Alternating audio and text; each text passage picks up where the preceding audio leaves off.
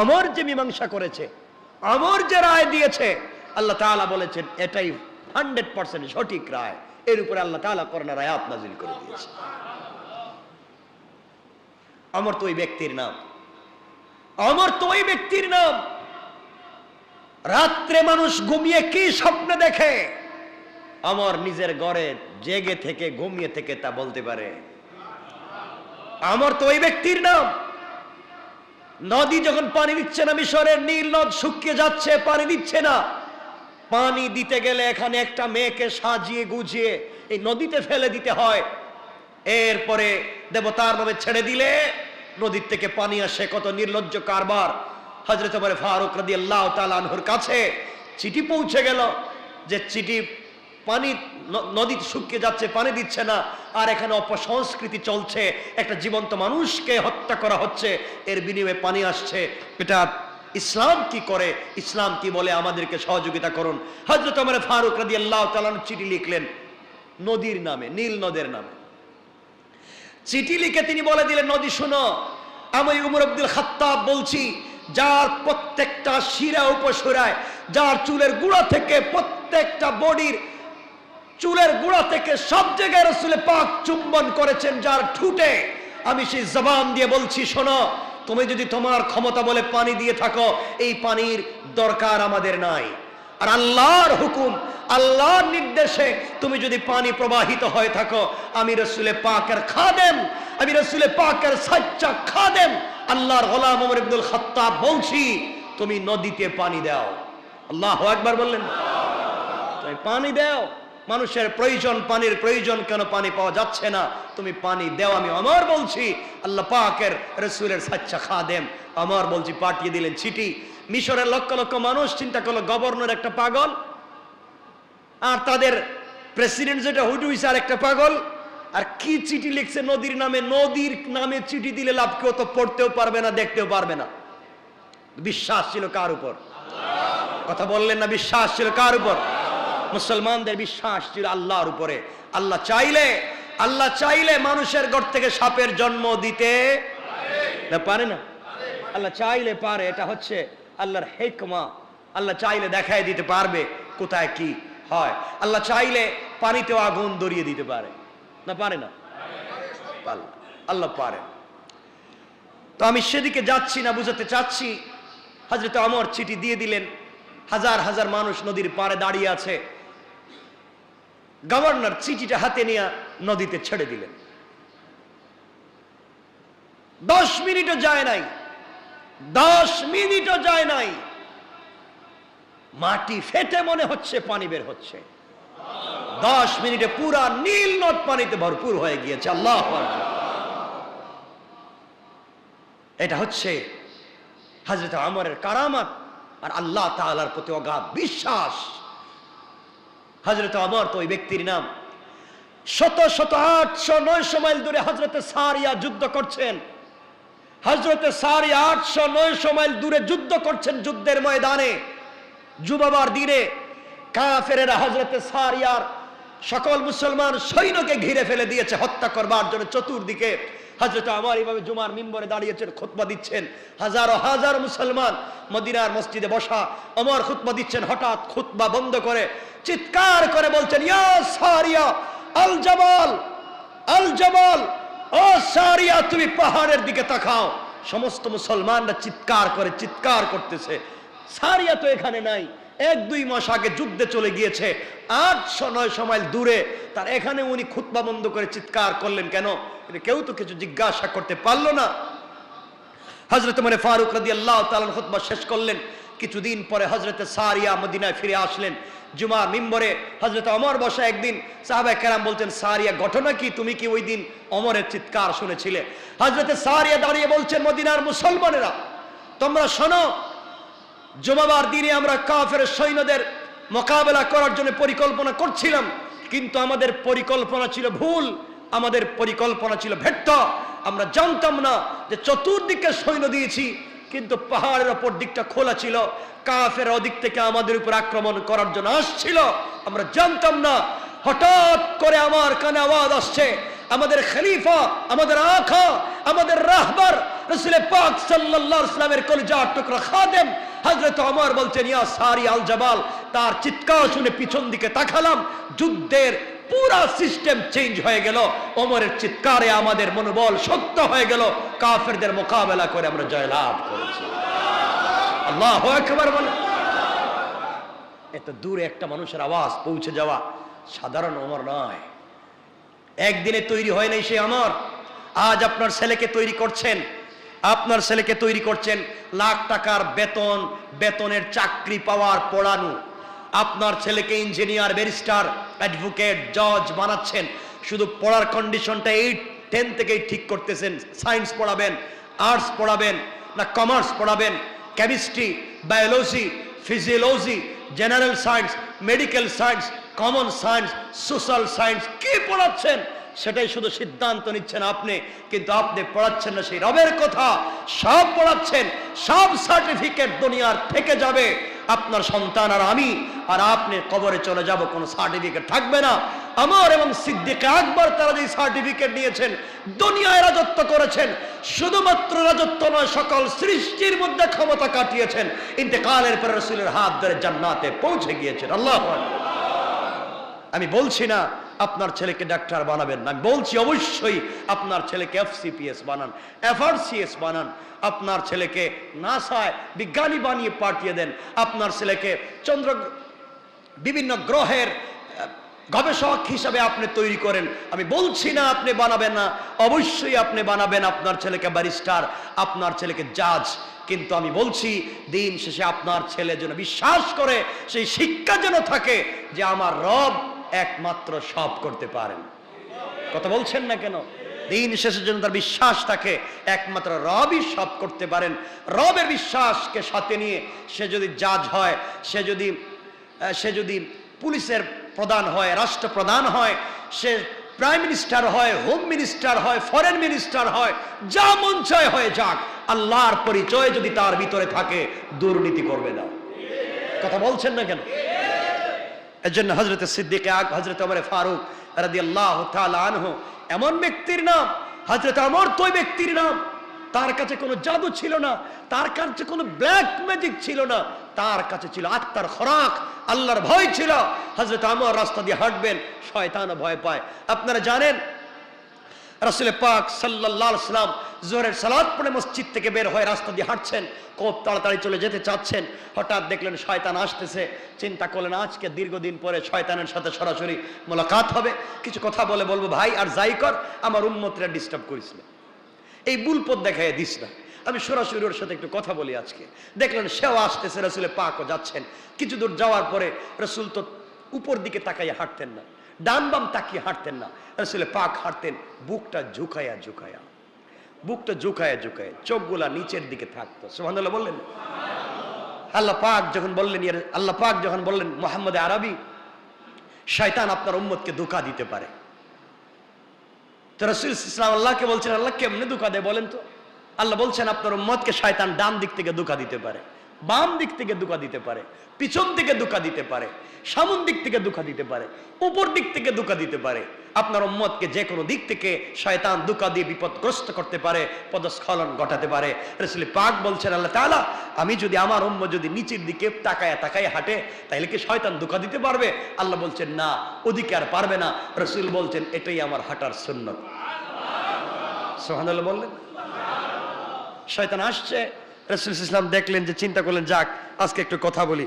কিছুক্ষণ হাঁটবার পরে শয়তানকে আর দেখা যাচ্ছে না। নবীজি দেখলেন শয়তান রাস্তা ফালাইয়া চেঞ্জ করে এদিকে না এসে উল্টা রাস্তায় দৌড়তেছে একটা স্পিরিটে। আল্লাহ রাসূল চিন্তা করলেন শয়তান দৌড়াচ্ছে কেন?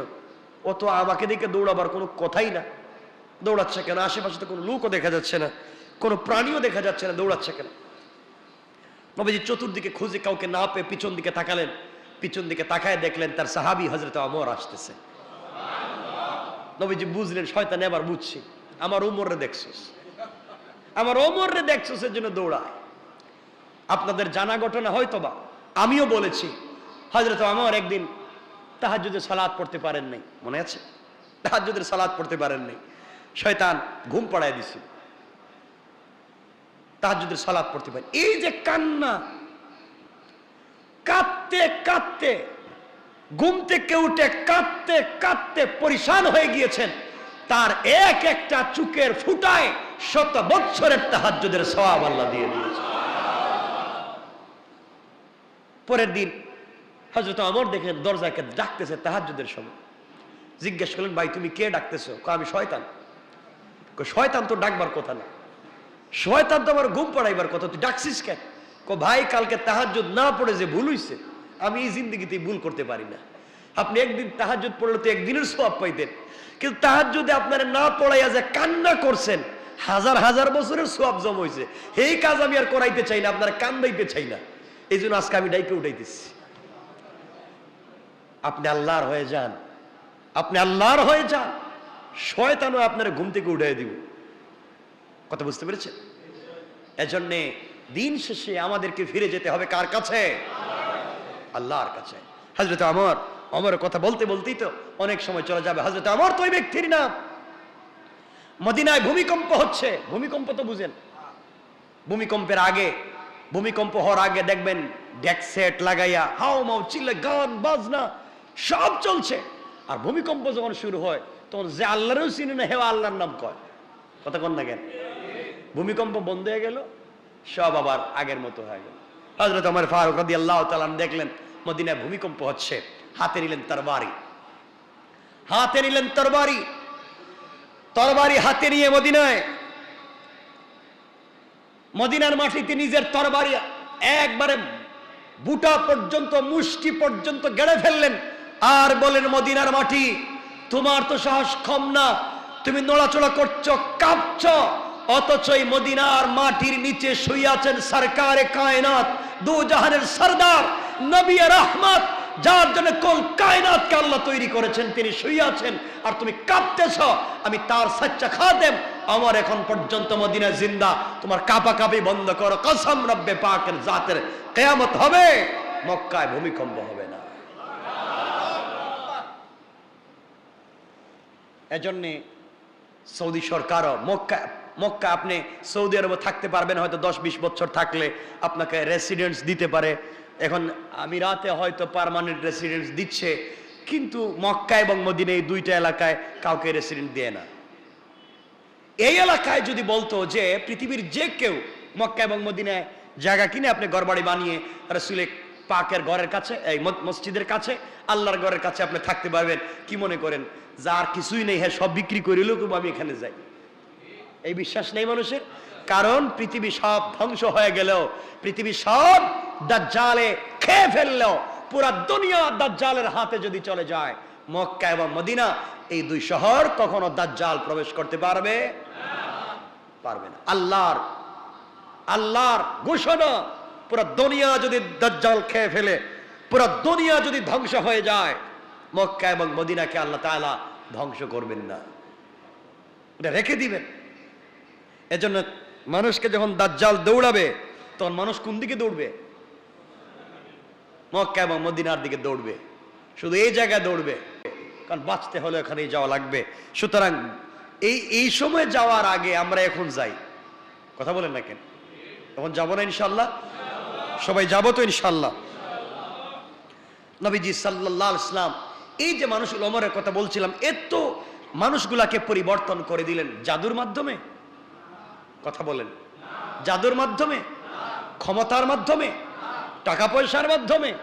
কিছুই না, শুধুমাত্র তার চরিত্রের মাধ্যমে। উত্তম চরিত্র, ইন্নাকা লাআলা খালকিন আযীম, আল্লাহ তাআলা তাকে একটা উত্তম চরিত্র দিয়েছেন।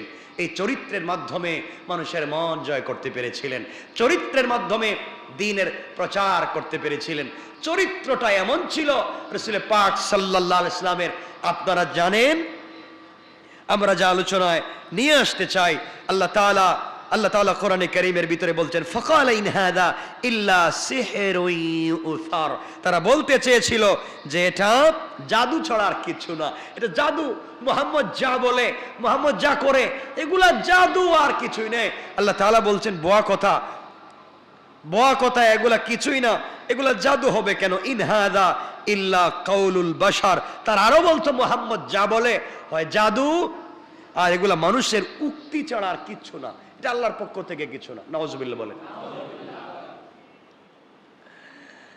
নবীজির জাদু ছিল না, ব্ল্যাক ম্যাজিক ছিল না। আরে জাদু কি? এটা তো ক্ষণস্থায়ী দুনিয়ার ব্ল্যাক ম্যাজিক মানুষ করে, মানুষকে আটকায়া দেয়, কণ্ঠরোধ করে দেয়, সম্পত্তি নষ্ট করে ফেলে, মানুষকে ধ্বংস করে না এগুলা?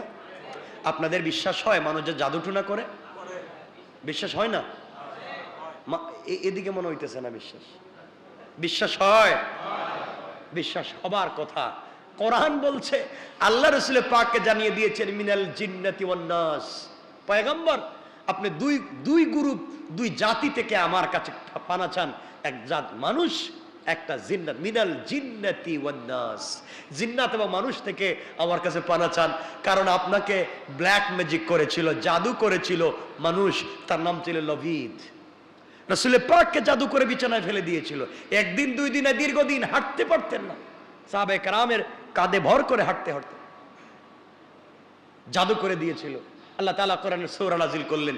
আর আপনারাও আজকালকে জাদু করেন না তাবিজ করেন কিছু বুঝতে পারতেছি না। মানুষটা মাঝে মাঝে দেখবেন ওর ব্যবসা ভালো হয়ে গেছে, ওর ছেলে 5টা বিদেশে আছে, ওর মোটামুটি ভালো চলতেছে, আমার চলে না কেন?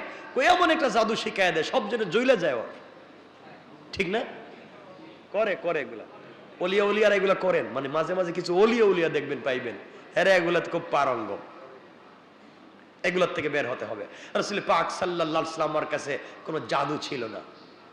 আপনার কাছে একটা জাদু আছে। রাসূল পাক বলেছেন, আমার উম্মতের কাছে একটা জাদু আছে, সেটা হচ্ছে মুচকি হাসি। সে যদি ফাঁসির রশিতে দাঁড়িয়ে মুচকি হাসে, ওই হাসিটাই একটা অ্যাটম বোমার মতো, হয়তো আল্লাহ তাকে মাফ করে দিবেন। বহুত সাহাবায়ে কেরামকে কাফেরেরা, আপনারা জানেন, বহুত সাহাবায়ে কেরামকে কাফেররা ফাঁসির দড়িতে ঝুলিয়েছে হত্যা করবার জন্য। আব্দুল্লাহ বিন হুযাফার কথা তো জানেনি। আব্দুল্লাহ বিন হুযাফাকে 5 বার ফাঁসি দিতে চাইছে, গলায় দড়ি লাগাইছে, হাত পায়ে দড়ি, তিনি মুচকি মুচকি হাসতেছেন। কাফের পারস্যের বাদশা বলছে, কিরে তাকে এখনই মেরে ফেলবো, মুচকি হাসে কেন? মুচকি মুচকি হাসতেছে মানে আমাকে নিয়ে মরার সময় টিটকারি করে, মরার সময়ও টিটকারি করে। ওরে ছেড়ে দিতে হবে, কেন হাসো? তুমি আমারে মারতেছো এই জন্য হাসতেছি না, হাসতেছি তোমার ভাগ্য নিয়ে। আমারে মারার পরে আমি তো চলে যাব আল্লাহর কাছে। আমি তো রসুলকে গতকালকে স্বপ্নে দেখেছি, আমি তো রসুলের দস্তারখানে ইফতার করব, আল্লাহর জান্নাতে উড়ে বেড়াবো, আর তোমার কি অবস্থা হবে এই জন্য আমি টেনশন করতেছি আর মুচকি হাসতেছি, কিছুক্ষণ পরেই তো জান্নাতে যাচ্ছি। সে বলল, না তোরে আর ফাঁসি দিতাম না, তোরে এই জায়গায় যাইতে দিতাম না, তুই মুচকি মুচকি হেসে হেসে ওখানে যাবে, যাইতে দিতাম না। মুচকি হাসিও একটা অ্যাটম বম। আল্লাহ তাআলা আমাদেরকে কবুল করে, বলেন আমিন। তো কাফিররা বলতে শুরু করেছে এগুলো মানুষের কথা ছাড়া আর কিছুই নাই। আল্লাহ তাআলা কি বললেন দেখেন, আল্লাহ তাআলা বলতে লাগলেন, সাউসলিহি সাকার, সাউসলিহি সাকার। যারা বলছে মুহাম্মদ জাদু করে, মুহাম্মদ একজন জাদুকর, যারা বলছে কোরআন এটা হচ্ছে মানুষের তৈরি করা কথা, আল্লাহ তাআলা বলছেন যারা এই কথাগুলা বলে আমার কোরআনকে মানে না, আমার কোরআনকে বিশ্বাস করে না, রাসূল পাককে জাদুকর মনে করে, যারা এই কথাগুলা বিশ্বাস করে, সাউসলিহি সাকার, আমি অচিরেই তাদেরকে প্রবেশ করাবো অগ্নিতে, চূড়ান্ত পর্যায়ের প্রজ্বলিত অগ্নি শিখার উপরের অংশ দিয়ে তৈরি করা জাহান্নাম, ওখানে আমি তাদেরকে প্রবেশ করাবো। এর কারণ তারা রাসূল পাককে মিথ্যাবাদী সাব্যস্ত করেছে, জাদুকর বলেছে, এবং আমার কথাকে তারা মানুষের কথা বলেছে। সুতরাং আজকে আমরা বলতে পারি 30 পারা কোরআন এটা কার কথা? আওয়াজ করে বলেন, কার কথা? সুতরাং পৃথিবীর দেশে দেশে বাক স্বাধীনতার নাম করে দোহাই দিয়ে যারা ঈদের দিনে, যারা বিভিন্ন জায়গায় মসজিদের সামনে বিভিন্ন জায়গায় বাক স্বাধীনতার দোহাই দিয়ে কোরআনকে লাত্তি দিয়ে ডাস্টবিনে ফেলে আগুন জ্বালিয়ে ধ্বংস করে দিতে চায়, মনে রাখবেন কসম রব্বে পাকের জাতের, গোটা দুনিয়ার কাফেররা মিলেও কোরআনের ক্ষতি করতে পারেনি, ভবিষ্যতেও ক্ষতি করতে পারবে না। যারা কোরআনের অবমাননা করেছে তারাই ধ্বংস হয়ে যাবে ইনশাআল্লাহ, এটা আমরা বিশ্বাস করি। সুতরাং আর যাই করেন কোরআনকে অবমাননা করবেন না। কোরআন একটা ম্যাজিক, কোরআন আপনি বুঝতে পারছেন না, কোরআন একটা আকর্ষণীয় চুম্বক। মানুষকে কেমনে আকর্ষণ করে চিন্তাও করতে পারবেন না। রাসূল পাক ইসলাম তেলাওয়াত করছেন আর তারা বলছে এটা জাদু। আমার মুসলমান বন্ধুগণ, গভীর মনোযোগ। আল্লাহ রাব্বুল ইজ্জত ওয়াল জালাল আখিরি জামানার পয়গম্বর সরকারে কায়নাত দো জাহানের সরদার নবী রহমত জনাব মুহাম্মদ রাসূলুল্লাহ সাল্লাল্লাহু আলাইহি ওয়াসাল্লাম কে জানিয়ে দিয়েছেন পয়গম্বরে আরবি, দুনিয়ার জমিনে কেউ যদি আপনাকে গালি দেয়, আঘাত করে, আমার কোরআনকে জ্বালিয়ে দেয়, ডাস্টবিনে ফেলে দেয়, পয়গম্বরে আরবি কেউ যদি আমি আল্লাহকে গালি দেয় আমার যায় আসে না, আমার কোরআনকে যদি জ্বালিয়ে ফেলে আমার যায় আসে না। দুনিয়ার কোন মানুষ যদি আমি আল্লাহকে স্বীকার না করে আমার যায় আসে না, আমার কষ্ট লাগবে না। সমস্ত মানুষ যদি আমাকে ভুলে যায় আমার কিছু যায় আসে না। কিন্তু কেউ যদি আমার কলিজার টুকরা বন্ধু, যাকে আরশে মুআল্লা পর্যন্ত নিয়ে এসেছি, যাকে আমার কাছাকাছি নিয়ে এসেছি, যাকে আমি হাবিবুল্লাহ বানিয়েছি, যার জন্য আমি এত কিছু সাজিয়েছি, সেই বন্ধুকে কেউ যদি গালি দিয়ে আঘাত করে আমি আল্লাহ তাআলা সহ্য করতে পারি না, আল্লাহ তাআলা বরদাস্ত করতে পারি না। বন্ধুরে, তোমাকে আবু লাহাবের ছেলে গালি দিয়েছিল উতবা এবং উতাইবা, আমি আল্লাহ সহ্য করতে পারি নাই, সফরের হালতে বাগ দিয়ে তাদেরকে ধ্বংস করে দিয়েছি। সুতরাং দুনিয়ার জমিনে কেউ যদি আমি আল্লাহকে অপমান করে, আমার কোরআনকে অপমান করে আমার এত ব্যথা লাগে না। কিন্তু কেউ যদি আমার রাসূলকে গালি দেয়, আমার রাসূলকে কষ্ট দেয়, আমি আল্লাহ রাব্বুল ইজ্জত ওয়াল জালাল সহ্য করতে পারি না। কারণ আমি আমার বন্ধুকে এতটুকু ভালোবেসেছি, যাকে পৃথিবীর সবথেকে সম্মানিত করেছি, আমি আল্লাহর পরে যার স্থান দিয়েছি, আমি আল্লাহর পরে যার মর্যাদা দিয়েছি, যাকে কিয়ামতের দিনে শাফাআতে কুবরার মালিক বানিয়ে দিয়েছি, যাকে জান্নাতে যাওয়ার জন্য সিঁড়ি বানিয়ে দিয়েছি, একমাত্র যার কথায় কিয়ামতের দিন বিচার কার্য শুরু করব, সে রাসূলকে কেউ যদি গালি দেয় আমি আল্লাহ রাব্বুল ইজ্জত ওয়াল জালাল সহ্য করতে পারবো না। পক্ষান্তরে বন্ধু আমার, দুনিয়ার জমিনে কোন ছোট লোক, কোন গরিব লোক, একজন সুইপারও যদি আপনাকে ভালোবাসতে পারে, আপনাকে ফলো করতে পারে, আপনাকে আদর্শ মানতে পারে, আপনার অনুসরণ করে করে দুনিয়ার জমিনে কাটাইয়া দিতে পারে, সে যদি সুইপার হয়, আমি আল্লাহ রাব্বুল ইজ্জত ওয়াল জালাল তার উপরে সন্তুষ্ট হয়, কিয়ামতের দিনে বড় বড় পয়গম্বরদের সঙ্গে তার জান্নাতের ওয়াদা দিলাম। আমার রাসূলের কাছে যা ছিল, কথা বলতে মুচকি হাসতেন, মানুষের হাত ধরে, আমরা তো আজকে মুসাফা করি না, নবীজি হাত ধরে এভাবে দাঁড়িয়ে থাকতেন, লম্বা সময় পর্যন্ত হাত ধরে বসে থাকতেন, লম্বা সময় হাত ধরে বসে মুখোমুখি হয় কথা বলতেন। আমরা এগুলা করতে পারি না, কারণ আল্লাহ তাআলা রাসূল সাল্লাল্লাহু আলাইহি ওয়াসাল্লামের চেহারা মুবারকের মধ্যে এমন নূর দিয়েছিলেন, তার বডিতে এমন নূর দিয়েছেন, পৃথিবীর সবথেকে বড় কাফের অন্যায়কারী যদি রাসূলের সামনে দাঁড়ায়া তার চেহারা মুবারকের দিকে তাকাইয়া কথা বলে, বেশি সময় দেরি হয় না, কালিমা পড়ে মুসলমান হয়ে যায়। আমার বন্ধুগণ, পয়গম্বর আরবি কেমন ছিলেন, আমার রাসূল কেমন ছিলেন, দুনিয়ার জমিনে কেমন ছিলেন, আজ আমরা কোরআন তেলাওয়াত করতে পারি না। ও ভাই, দু হাত জোর করে বলছি, কিছুই যদি পারেন না, কোরআন তেলাওয়াত করতে শিখুন। কিয়ামতের দিনে যখন কাউকে সুপারিশকারী পাবেন না, কোরআন আপনাকে সুপারিশ করে করে জান্নাতে নিয়ে যাবে। কোরআন তেলাওয়াত করতে শিখুন, কারণ একটা কথা মনে রাখবে, আপনি কোরআনের যে অক্ষরগুলা, যে আয়াতগুলা পড়বেন, ওটা আপনার আগে আল্লাহ তাআলা তেলাওয়াত করেছেন, এটা আল্লাহর কালাম, আল্লাহর কালাম, আল্লাহ নিজে তিলাওয়াত করেছেন। কোরআন শুধু কিতাবুল্লাহ না, কোরআন কালামুল্লাহ। পৃথিবীতে আল্লাহ যত কিতাব দিয়েছেন, সাহিফায়ে আদম কিতাবুল্লাহ, সাহিফায়ে নূহ কিতাবুল্লাহ, সাহিফায়ে হিজকিল কিতাবুল্লাহ, সাহিফায়ে ইউশা ইবনে নুন কিতাবুল্লাহ, তাওরাত কিতাবুল্লাহ, জবুর কিতাবুল্লাহ, ইনজিল কিতাবুল্লাহ। কিন্তু কোরআন এটা কিতাবুল্লাহ না, কোরআন কালামুল্লাহ। কোরআন নিজে স্বয়ং আল্লাহ তাআলা তিলাওয়াত করে নাজিল করেছেন। পড়েন সুবহানাল্লাহ। আল্লাহ তাআলা নিজে তিলাওয়াত করেছেন, সাহাবায়ে কেরাম, ফেরেশতারা তিলাওয়াত করেছেন, জিবরিল আমিন তিলাওয়াত করেছেন, সাহাবায়ে কেরাম তিলাওয়াত করেছেন, রাসূল পাক তিলাওয়াত করেছেন।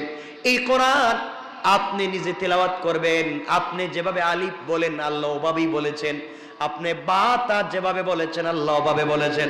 আপনার তেলাওয়াতের সঙ্গে ফেরেশতাদের তেলাওয়াত যদি ঠুটে মিল হয়ে যায়, কিছুই লাগবে না, কিছুই লাগবে না। আল্লাহ তাআলা বলছেন কোরআনের বরকতে বান্দাকে maaf করে জান্নাতের ওয়াদা দিলাম। আমার বান্দাগণ, কোরআন মানুষকে কেমনে আকর্ষণ করে, এই জন্য আর কিছু পারেন আর না পারেন আপনি কোরআন তেলাওয়াত শিখুন। দুহাত জোড় করে বলছি, আপনার বাচ্চাকে কোরআন তেলাওয়াত শিখান। কোরআনকে যদি আপনি পড়েন দেখবেন কোরআন পড়তে ভাল লাগবে। পৃথিবীর কোন নভেল, পৃথিবীর কোন নাটক, পৃথিবীর কোন বই এক দুইবারের বেশি পড়তে আর ভাল লাগবে না, আপনার বিতৃষ্ণা চলে আসবে। কিন্তু কোরআন এমন একটা রহমতের কিতাব, যত পড়বেন যত পড়বেন যত পড়বেন খারাপ লাগবে না, আপনার কাছে খারাপ লাগবে না। যত পড়বেন শুধু ভালো লাগবে। আর যদি আপনি কোরআনের আয়াতের অনুবাদ অর্থ জানতে পারেন, বুঝতে পারেন, কি পড়লেন বুঝতে পারেন, আমার মনে হয় কোরআন তেলাওয়াত বন্ধ করতে আপনার মন চাইবে না। কোরআন তেলাওয়াত যদি বুঝতে পারেন তাহলে দেখবেন আল্লাহ তাআলা আপনার সঙ্গে কথা বলছেন। আপনি পড়বেন দেখবেন মনে হচ্ছে আল্লাহ আমার সঙ্গে কথা বলছেন, আল্লাহ আপনার সঙ্গে কথা বলছেন। বান্দা, তুমি কি মনে করছো সাউসলিহি সাকার? তুমি সত্যি সত্যি তুমি বলছো এটা জাদুকর? তুমি সত্যি বলছো যে এটা মানুষের বানানো কথা? সত্যি যদি তুমি বলে থাকো আমি তোমাকে কিন্তু আগুন দিয়ে জ্বালাবো। আল্লাহ তাআলা বলছেন ওয়ামা আদরাকা কামা সাকার, তুমি কি জানো আমি যে বলছি তোমাকে আগুন দিয়ে জ্বালাবো, তুমি কি জানো সাকারটা কি? কোন আগুন দিয়ে জ্বালাবো, কেমন আগুন হবে? আল্লাহ তাআলা এরপরে বলছেন লা তুবকি ওয়ালা তাদার লাওয়াহাতুল লিল বাশার। এরপরে বলছেন আলাইহা 19।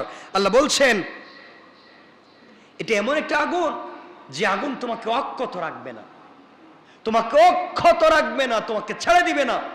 তোমার মাথার চুলের গোড়া থেকে পায়ের পাতা পর্যন্ত জ্বালিয়ে পুড়িয়ে মানুষকে দগ্ধ করে দিবে। তো আপনি বলছেন আল্লাহ জ্বালিয়ে পুড়িয়ে জ্বালাবে, আমি তো দৌড় দিব। আসতে পারে না এই কথা যে আমাকে আগুন দিবেন, আমি কি দাঁড়ায় থাকবো? কথা বলছেন না, দৌড় দিবেন না আপনারা? কিছু বলছেন না কেন? কি দৌড় দিবেন না? দৌড় দিবেন। আল্লাহর কাছে বলছেন হয়তো আল্লাহ আপনি কি বললেন আমাকে আগুন দিয়ে জ্বালাবেন, আমি দৌড় দিব। আল্লাহ আয়াতের শেষে বলছেন আলাইহা 19, আমি 19 জন ফেরেশতা রেখে দিয়েছি, এরা তোমাকে বেঁধে রাখবে।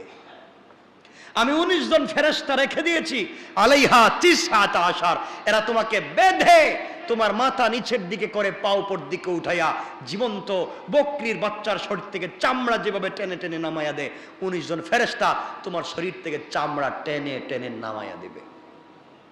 নাউজুবিল্লাহ বললেন। সুতরাং আমরা যদি বাঁচতে চাই তেলাওয়াত করা লাগবে কি? বললেন না। নিয়ত কি করা লাগবে? বললেন না। আমি 3টা কথা পুরো আলোচনায় বলছি। এক হচ্ছে আমাদের নিয়ত সহি শুদ্ধ করা লাগবে। কি করা লাগবে? নিয়ত সহি শুদ্ধ করা লাগবে। 2, একমাত্র ভরসা রাখতে হবে কার উপরে? বিশ্বাস। 3 বলেছি যেখানেই থাকি যাই করি না কেন, বাচ্চাকে যাই বানান, যত কিছুই বানান আপত্তি নাই, বাচ্চাকে আল্লাহ পরিচয় দিয়া কোরআনটা নিজে শিখুন, বাচ্চাদেরকে শিখান ইনশাআল্লাহ। 2 মিনিটে আপনারা জানেন, আমিও বলেছি বারবার, কোরআন কত আকর্ষণ করে মানুষকে। কোরআন আকর্ষণ করে। আরে এগুলা নিয়ে তো 2.5 ঘন্টার একটা আলোচনাও আছে আমার। কোরআন কিয়ামতের জান্নাতে তেলাওয়াত করবেন কে? কে? আল্লাহ নিজে তেলাওয়াত করবেন, আমাদেরকে শোনাবেন, নিজে নিজে তেলাওয়াত করবেন। আচ্ছা চিন্তা করেন, পৃথিবীর কোনো মানুষ যখন তেলাওয়াত করে তখন মানুষ পাগল হয়ে যায়। হযরতে আব্দুল বাসিত, কারি আব্দুল বাসিত, আব্দুল সত্তার, কারি উবাইদুল্লাহ, এরা তেলাওয়াত করেছে, মানুষ পাগল হয়ে গিয়েছে। না হয় নাই? হয় নাই?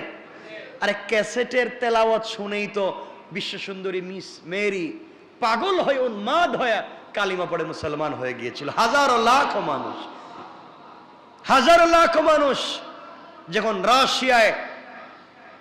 রাশিয়ায় পুরো দুনিয়ার কনফারেন্স ছিল, হযরতে আব্দুল বাসিত ওখানে তেলাওয়াত করেছিলেন কোরআন থেকে। মানুষ তো উন্মাদ হয়ে গিয়েছিল। কোরআন তো মানুষকে আকৃষ্ট করে, মানুষকে সব বলিয়ে দেয়, আল্লাহর দিকে নিয়ে যায়। আমরা পারবো তো সে কোরআন তেলাওয়াত শিখতে? সবাই বললেন না ইনশাআল্লাহ? আপনাদের লজ্জা হয়? কোরআন শিখতে লজ্জা হয়? সাহাবায়ে কেরাম তো বুড়া বয়সী কোরআন শিখছেন, মানে বুড়া বয়সী তো শিখলেন, তো আপনি আমি শিখতে পারবো না কেন? আপনি আমি যে কোরআন তিলাওয়াত করি নামাজে, ওরে আল্লাহর তিলাওয়াত, ফেরেশতারা কয় আল্লাহ এটা কি কইলো এটাই তো বুঝলাম না। আমাদের না আলিফ ঠিক, বা ঠিক, জবরের জায়গায় জের, পেশের জায়গায় জজম, কোন জায়গায় সাক্তা, কোন জায়গায় নকটা, কোন জায়গায় টান দিব কিছুই জানি না। মানে আসি তো চালাইতেছি, মনে হইতেছে এটা মোটর সাইকেল চালাইতেছি। আমাদেরকে সহি শুদ্ধ কোরআন যদি সহি শুদ্ধ তেলাওয়াত না শিখতে পারি, কিয়ামতের দিন কোরআন অভিশাপ করবে। রুব্বা কারিয়িন লিল কোরআন ওয়াল কোরআনু ইয়ালআনু। কোরআন কিয়ামতের দিন কোরআন তেলাওয়াতকারীকে লানত করবে, অভিশাপ দিবে। তুমি পড়তেই ছিলে যখন ভুল পড়লে কেন? কথা বুঝেননি? তুমি যখন পড়লে আমাকে ভুল পড়লে কেন? কোরআন অভিশাপ করবে। আল্লাহ আমাদেরকে হেফাজত করুক, বলেন আমিন। আপনাদেরকে যে কথা বলতে চাইলাম, আমরা সামনের দিকে যেতে চাই না। আল্লাহ বলছেন কয়জন ফেরেশতা দিবেন? হ্যাঁ, এরপরে আপনি বলবেন 19 জন ফেরেশতা দিয়ে পিটাইয়া বেদে, এরপরে কি করবেন? আল্লাহ বলছেন এরপর তোমার জাহান্নামে ফেলাই দিব। আপনি ফালাই দেন, ওখানে গিয়েই দেখবেন একটা ব্যবস্থা করে ফেলবো। দেখেন না অনেক অপরাধীকে জেলে দেওয়ার পর ওখানে গিয়ে হে আর একটা রাজ্য তৈরি করে ফেলে, আছে না? আছে না এগুলা? হে চিন্তা করতেছে একে ওখানে গিয়ে আর একটা রাজ্য বানায় ফেলাইবে। আল্লাহ রাব্বুল ইজ্জত ওয়াল জালাল এরপরে বলছেন ওমা জাহালনা আসহাবান নারি ইল্লা মালাইকা। তুমি মনে করতেছো ওখানে একটা ভাব ধরবা, একটা রাজ্য বানাইবা, ওখানে আমি একজন নির্ধারিত মালিক রাখছি, মালিক। সে আমাকে প্রত্যেকটা ঘন্টা রিপোর্ট করবে। যদি দেখি ভালো হইছো না, আবার পিটাবো, আবার পিটাবো। কাল্লা এরপরে কি করবেন? এরপরে ভালো হইছো কিনা এটা আবার পরীক্ষা করে দেখব। যদি না হয় তাহলে জাহান্নামের নিচে পাথর দিয়ে চাপা মাইরে রাইখা দিব। এরপর আল্লাহ বলছেন কি খাবার দাবার দিবেন, এগুলো লম্বা আলোচনা, আমরা সেদিকে যেতে চাই না। আমি শুধু আজকে এতটুকুনি বুঝাতে চাইবো, আল্লাহকে ওয়াস্তে আমরা কোরআন তেলাওয়াত শিখবো। কাফেরা দেখেন না সারাদিন রসুলকে গালি দেয়, আমাদের সময় শেষ হয়ে গেছে, সারাদিন গালি দেয়, দেখতে পারে না। কেউ মুহাম্মদের আশেপাশে যাইও না, যে যাইবা তাকে হত্যা করা হবে, মুহাম্মদের ধারে কাছে যাইও না, ও পাগল, ও যা বলে জাদুকর, ওর তেলাওয়াত হচ্ছে পাগলামি, বলছে না আল্লাহ? এগুলো বলছেন এই আয়াতে। রাত্র হয়ে গেলে তারাই সবার আগে যায়, ঠিক না? যারা আইন করে তারাই সবার আগে যায়। বোঝা গেল কোরআন মানুষকে একটা চুম্বকের মতো আকৃষ্ট করবার মতো একটা জিনিস, কিন্তু সব করলো কোরআন, আমাদেরকে কিছু করতে পারলো না।